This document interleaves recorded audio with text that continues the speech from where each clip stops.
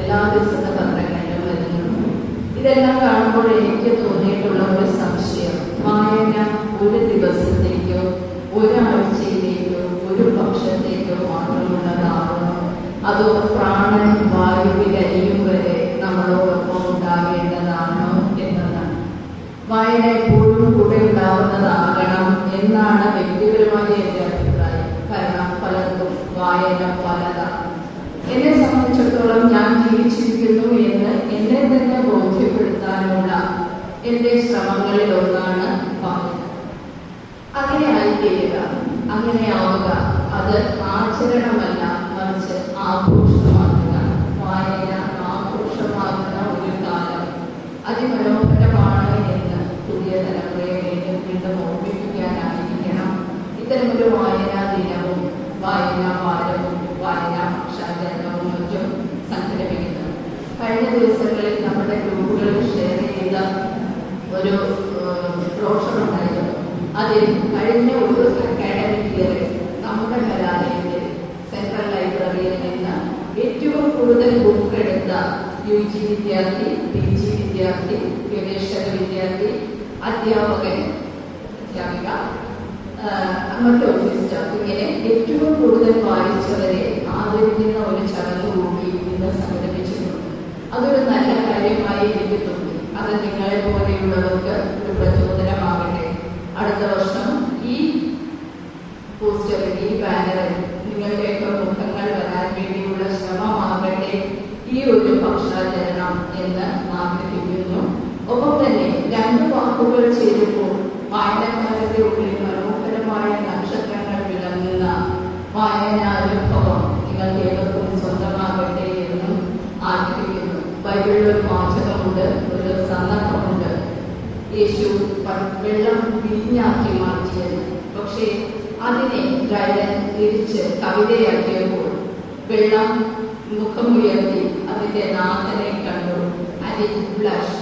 അത് തുടുത്തു എന്ന് പറയുമ്പോൾ തിരിച്ചുള്ള ഒരു കാഴ്ച, അത് വായനക്കാരായ നമ്മളുടെ ഉള്ളിൽ ഉണർത്തുന്ന നക്ഷത്രം എന്ന അനുഭവം. ഒരുപക്ഷെ പണ്ട് TV പരസ്യങ്ങളിൽ വരുന്നത് പോലെ വായന കഴിയുമ്പോൾ മനസ്സിൽ ഒരു ലഡു പൊട്ടുന്ന അനുഭവം, അത് മനോഹരമായ ഒരു അനുഭവമാണ്. ആ അനുഭവത്തിലേക്ക് എത്തിയ കുറേ പേരെങ്കിലും ഇവിടെയുണ്ട് എന്ന സന്തോഷത്തോടെ ഞാൻ മനസ്സിലാക്കിയത് കഴിഞ്ഞ ദിവസം വായന കുറിപ്പുകൾ കുട്ടികൾ മത്സരം നടത്തി. ലൈബ്രറി ഒരു മത്സരം നടത്തിയിരുന്നു. അതിൽ പുസ്തകങ്ങൾ, വായിച്ച പുസ്തകങ്ങളുടെ ആസ്വാദനക്കുറിപ്പ് തയ്യാറാക്കുന്ന ഒരു മത്സരം ഉണ്ടായിരുന്നു. ഒരുപാട് എണ്ണം വായിച്ചതിൽ രണ്ടാം ഊഴത്തെ പറ്റി ഒരു കുട്ടി എഴുതിയതിനാണ് ഞാൻ വാല്യൂ ചെയ്തപ്പോൾ 1ാം സ്ഥാനം നൽകിയത്. കാരണം ആ കുട്ടി എഴുതിയത് ഇങ്ങനെയാണ്: ലഭിച്ചതിനേക്കാൾ കൂടുതൽ അർഹിക്കുന്നില്ലേ ഭീമസേനൻ. അത് ആ ബുക്കിന്റെ കണ്ടന്റ് മൊത്തം ഒരു സെന്റൻസിൽ ഷോർട്ട് ചെയ്ത് ക്രോഡീകരിച്ച് അതിനെ ഒരു മുത്താക്കി മാറ്റിയ ഭാഷ വായനയിലൂടെ ഒരു കുട്ടിക്ക് കൈവന്നു എന്ന് കാണുന്നത് ഭയങ്കര സന്തോഷമായിട്ട് എനിക്ക് തോന്നുന്നു. അപ്പോൾ വായന മരിച്ചിട്ടില്ല, മരിക്കില്ല, ഒരിക്കലും മരിക്കില്ല. അത് നിങ്ങളിലൂടെ ഇനിയും ഇനിയും വിപുലമായിക്കൊണ്ടിരിക്കട്ടെ. മനോഹരമായ ഒരു ലൈബ്രറി സ്വന്തമായിട്ടുള്ളത് കലാലയമാണ് എന്നതിൽ നമുക്ക് അഭിമാനിക്കാം.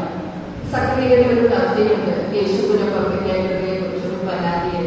അത് അദ്ദേഹം നിലനിന്ന കാലത്തിന്റെ കെടുതികളോട് പ്രതികരിക്കാൻ അന്യാപദേശ രീതിയിൽ എഴുതിയൊരു കഥയാണ്. പക്ഷെ ആ കഥ പുറമേ നമ്മളോട് പറയുന്ന ഒരു ആശയത്തിൽ ബുക്കുകൾ ഒരു ലൈബ്രറിയിലേക്ക് കയറിയ ശേഷം അത് പിന്നീട് ആർക്കും കിട്ടാതാകാതെ വരുന്ന കെടുകാര്യസ്ഥതയെ പറ്റി പറയുന്നുണ്ട്. ഒരിക്കലും നമ്മുടെ ലൈബ്രറി അങ്ങനെയല്ല. സൈബി സാറും അദ്ദേഹത്തിന്റെ ടീം അംഗങ്ങളും വളരെ മനോഹരമായി ലൈബ്രറിയിൽ വിരൽത്തുമ്പിൽ പുസ്തകങ്ങൾ എവിടെ ഇരിക്കുന്നുവെന്ന് കൃത്യമായി നമ്മൾക്ക് കാണിച്ചു തരികയും വായിക്കാൻ പ്രേരിപ്പിക്കുകയും ഇന്നത്തെ പരിപാടി ഇത്ര ക്രിയാത്മകമായി കൃത്യമായി സംഘടിപ്പിക്കുകയും ചെയ്ത ലൈബ്രറി അംഗങ്ങളെ മലയാള വിഭാഗത്തിന്റെ പേരിൽ നന്ദിപൂർവ്വം സ്മരിച്ചുകൊണ്ട് എല്ലാവർക്കും അടുത്ത വായനാ ദിനം വരെയും അതീവ ഹൃദ്യമായ വായനാനുഭവങ്ങൾ ഉണ്ടാകട്ടെ എന്ന് ആഗ്രഹിച്ചുകൊണ്ടും നിർത്തുന്നു. നന്ദി. ഉദ്ഘാടനം നിർവഹിക്കുന്നതിനായി ബഹുമാനപ്പെട്ട ഡോക്ടർ ശ്രീ മനോജ് സാറിനെ ആദ്യപൂർവ്വം ക്ഷണിക്കുന്നു.